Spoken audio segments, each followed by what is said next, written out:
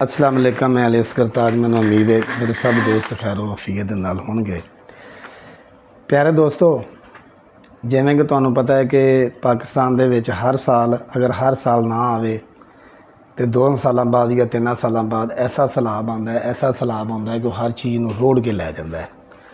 और हुकूमत बड़ी कोशिश करदी है लोगों की मदद करन दी। यकीनी तौर पर ऐसे हालात होंदे ने कि जेड़े लोग खास तौर पर वो लोग जेड़े पूरे पाकिस्तान नूं अनाज पैदा करके, दुध पैदा करके, गोश्त पैदा करके पूरे मुल्क दा ढिड भरदे ने, वो बेचारे आप जड़े ने वो दस्ते नगर हो जाते हैं।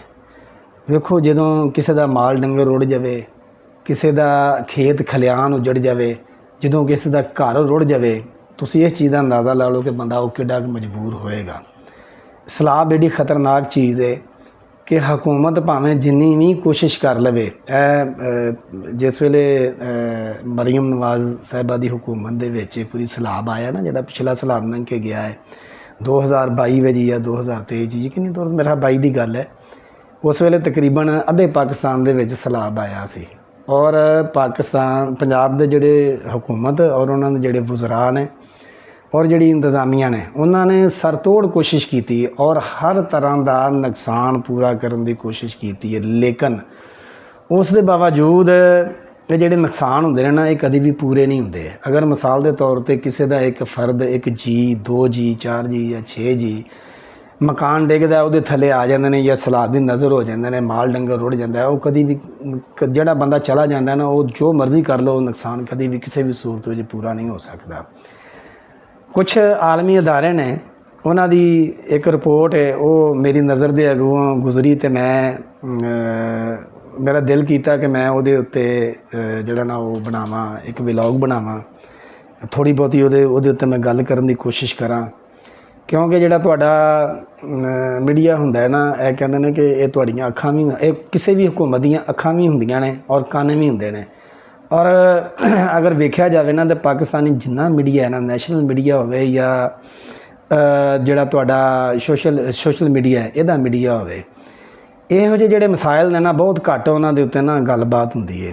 पता नहीं की वजह है कि अपना मशहूरी लैन के चक्कर विच या व्यूज़ लैन के चक्कर दे विच कोई ऐसे मौजूआं का इंतखाब करते हैं जिन्हां दा एक चुआनी का फायदा नहीं हुंदा।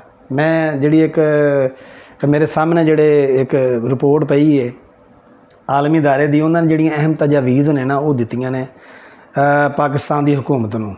उन्हां दे विच जिहड़ी सब तो जिहड़ी अहम जिहड़ी रिपोर्ट है ना, वो यह हैगी है कि जिहड़ी तजवीज़ है वो यह हैगी है कि दरिया, नहरां ते बरसाती नाले ने जिहड़े उन्हां दी बकायदा सफाई की जाए। और जिस वेले उन्हां दी सफाई होएगी, उन्हां दी जिहड़ी कैपेसिटी है वो वधेगी। यानी कि जिथे अगर 1 लाख क्यूसक पानी गुजरन की जगह है, उत्थे 4 लाख क्यूसक अगर पानी गुजरन की जगह बन जाएगी तो यकीनी तौर पर उत्ते जिहड़ा सैलाब है, सैलाब दीयां जिहड़ियां तबाहकारियां ने उन्हां दे उत्तों जिहड़ी आवाम और हुकूमत जिहड़ियां ना वो महफूज रहेगी। उस तो इलावा जिहड़े तुसीं डैम बना सकते हो, हिफाजती जिहड़े बंद ने उन्हां दी तुसीं उन्हां दी जिहड़ी तामीर है वो तुसीं कर सकते हो। निकासी आब दा जिहड़ा निज़ाम है उन्होंने तुसीं मजबूत और मजबूत बना सकते हो। देखो, पाकिस्तान की खुशकिस्मती है कि दुनिया का जिहड़ा सब तो आबपाशी का जिहड़ा निज़ाम है वो सब तो जिहड़ा खूबसूरत और सब तो वड्डा जिहड़ा निज़ाम है वो पाकिस्तान दे विच है और पाकिस्तान नूं ये एजाज़ हासिल है। लेकिन इनू भी पहले नालों ज़्यादा जिहड़ा ना मजबूत बनाने की ज़रूरत हैगी है।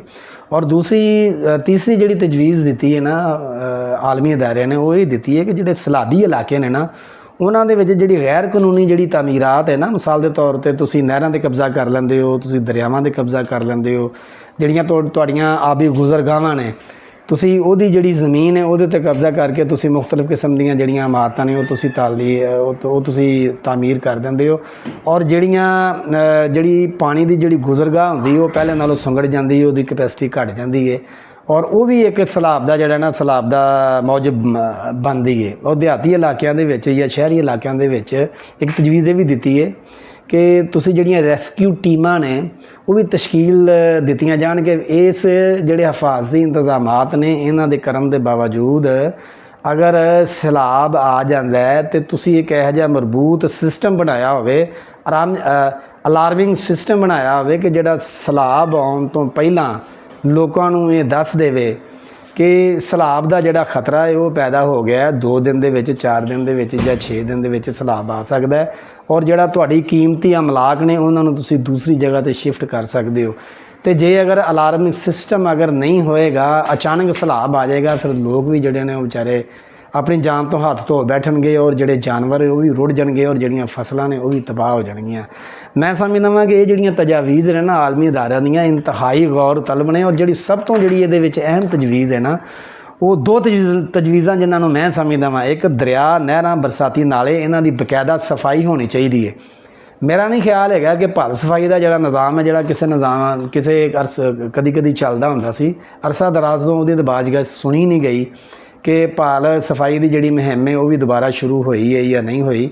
ਲੇਕਿਨ ਜਿਹੜੇ ਦਰਿਆ ਨੇ ਨਾ, ਦਰਿਆਵਾਂ ਦੀ ਜਿਹੜੀ ਸਫਾਈ ਹੈ ਨਾ, ਉਹ ਜ਼ਰੂਰ ਹੋਣੀ ਚਾਹੀਦੀ ਹੈ। ਉਹਨਾਂ ਦੀ ਜਿਹੜੀ ਗਹਿਰਾਈ ਹੈ, ਗਹਿਰਾਈ ਉਹਨਾਂ ਦੀ ਜ਼ਿਆਦਾ ਹੋਣੀ ਚਾਹੀਦੀ ਹੈ, ਤਾਂ ਕਿ ਜਿੱਥੇ 1 ਲੱਖ ਕਿਊਸਕ ਪਾਣੀ ਗੁਜ਼ਰਨ ਦਾ ਜਿੱਥੇ ਗੁੰਜਾਇਸ਼ ਹੈ, ਉਹ ਘੱਟ ਤੋਂ ਘੱਟ 4 ਜਾਂ 5 ਲੱਖ ਜੇ ਕਿਊਸਕ ਪਾਣੀ ਉੱਥੋਂ ਗੁਜ਼ਰ ਸਕਦਾ ਹੈ। ਜਿਹੜਾ ਕਿ ਹੁਣ ਸਿਰਫ ਉੱਥੇ ਰੇਤ ਜਮ੍ਹਾਂ ਹੋਈ ਹੈ ਜਾਂ ਕਸੂ ਉੱਥੇ ਜਮ੍ਹਾਂ ਹੋਇਆ, ਜਿਹਦੀ ਵਜ੍ਹਾ ਨਾਲ ਦਰਿਆ ਦਾ ਜਿਹੜੀ ਗਹਿਰਾਈ ਹੈ ਉਹ ਘਟ ਗਈ ਹੈ। ਅਗਰ ਹੁਕੂਮਤ ਕੋਸ਼ਿਸ਼ ਕਰੇ ਤਾਂ ਇਹ ਵੀ ਮੈਂ ਤਾਂ ਖਾਸ ਤੌਰ 'ਤੇ ਵਜ਼ੀਰ ਆਲਾ ਪੰਜਾਬ ਮੁਹਤਰਮਾ ਮਰੀਮ ਨਵਾਜ਼ ਸਾਹਿਬਾ ਅੱਗੇ ਅਪੀਲ ਕਰਦਾ ਵਾਂ ਕਿ ਤੁਸੀਂ ਜਿੱਥੇ ਹੋਰ ਬਹੁਤ ਸਾਰੇ ਕੰਮ ਕਰਵਾਉਣ ਦੇ ਹੋ, ਇਹਦੇ ਵਿੱਚ ਕੋਈ ਸ਼ੱਕ ਨਹੀਂ ਹੈਗਾ ਕਿ ਤੁਹਾਡੀ ਜਿਹੜੀ ਮਿਹਨਤ ਆ ਉਹ ਸਰਾਹਣ ਦੇ ਕਾਬਲ ਹੈ। ਲੇਕਿਨ ਇਹ ਇੱਕ ਐਸਾ ਕੰਮ ਹੈ, ਸੈਲਾਬ ਵਾਲਾ ਇੱਕ ਐਸਾ ਕੰਮ ਹੈ ਕਿ ਜਿਸ ਵੇਲੇ ਸੈਲਾਬ ਆਉਂਦਾ ਹੈ ਨਾ, ਉਹ ਹਕੂਮਤ ਤੋਂ ਲੈ ਕੇ ਤੇ ਲੋਕਾਂ ਤੱਕ ਸਾਰੇ ਲੋਕ ਵਿਚਾਰੇ ਯੱਬ 'ਚ ਪੈ ਜਾਂਦੇ ਨੇ। ਯੱਬ ਤੋਂ ਮੁਰਾਦ ਪੰਜਾਬੀ ਜ਼ੁਬਾਨ ਦਾ ਇਹਦਾ ਲਫ਼ਜ਼ ਹੈਗਾ, ਯੱਬ ਹੀ ਤੁਸੀਂ ਕਹਿ ਸਕਦੇ ਹੋ ਕਿ ਇੱਕ ਐਸੀ ਇੱਕ ਮੁਸੀਬਤ ਜਿਹਦੇ ਵਿੱਚ ਤੁਸੀਂ ਖਾਮਖਾ ਫਸ ਜਾਂਦੇ ਹੋ, ਉਹਦੇ ਵਿੱਚ ਤੁਹਾਡਾ ਕੋਈ ਅਮਲ ਦਖਲ ਨਹੀਂ ਹੁੰਦਾ। ਅਤੇ ਲਿਹਾਜ਼ਾ ਇਸ ਯੱਬ ਦੇ ਵਿੱਚ ਪੈਣ ਨਾਲੋਂ ਜ਼ਿਆਦਾ ਬਿਹਤਰ ਹੈਗਾ ਕਿ ਜਿਹੜੀਆਂ ਹਿਫਾਜ਼ਤੀ ਤਜਾਵੀਜ਼ ਨੇ ਔਰ ਜਿਹੜੀਆਂ ਆਲਮੀ ਅਦਾਰੇ ਤੁਹਾਨੂੰ ਬਾਰ-ਬਾਰ ਦੇ ਰਹੇ ਨੇ, ਉਹਨਾਂ ਦੇ ਉੱਤੇ ਗੌਰ ਕੀਤਾ ਜਾਵੇ। ਨਹਿਰਾਂ ਦੀ, ਦਰਿਆਵਾਂ ਦੀ ਔਰ ਜਿਹੜੀਆਂ ਆਬੀ ਗੁਜ਼ਰਗਾਹਾਂ ਨੇ ਉਹਨਾਂ ਦੀ ਸਫਾਈ ਕੀਤੀ ਜਾਵੇ, ਔਰ ਇਹ ਬਕਾਇਦਾ ਇੱਕ ਮੁਹਿੰਮ ਚਲਾਈ ਜਾਵੇ ਤੁਹਾਡੇ ਸੈਲਾਬ ਜਿਹੜੇ ਬਰਸਾਤੀ ਜਿਹੜਾ ਮੌਸਮ ਹੈ ਉਹਦੇ ਆਉਣ ਤੋਂ ਪਹਿਲਾਂ ਤਾਂ ਕਿ ਜਿਹੜਾ ਸੈਲਾਬ ਦੇ ਜਿਹੜੇ ਨੁਕਸਾਨ ਨੇ ਉਹਨਾਂ ਦੇ ਉੱਤੋਂ ਲੋਕ, ਆਵਾਮ ਔਰ ਜਿਹੜੀਆਂ ਹੁਕੂਮਤਾਂ ਨੇ ਉਹ ਮਹਿਫੂਜ਼ ਰਹਿ ਸਕਣ। ਮੈਨੂੰ ਉਮੀਦ ਹੈ ਜਿਹੜੀ ਮੇਰੀ ਗੁਜ਼ਾਰਿਸ਼ਾਤ ਨੇ ਹੁਕੂਮਤ ਤੱਕ ਜ਼ਰੂਰ ਪਹੁੰਚਣਗੀਆਂ, ਅਤੇ ਉਮੀਦ ਰੱਖਣਾ ਵਾ ਇੰਸ਼ਾ ਅੱਲਾ ਨਵੇਂ ਵਲੌਗ ਦੇ ਨਾਲ ਦੁਬਾਰਾ ਤੁਹਾਡੀ ਖਿਦਮਤ 'ਚ ਹਾਜ਼ਰ ਹੋਵਾਂਗਾ। ਇਜਾਜ਼ਤ ਦਿਓ। ਅਸਲਾਮ ਅਲੈਕਮ।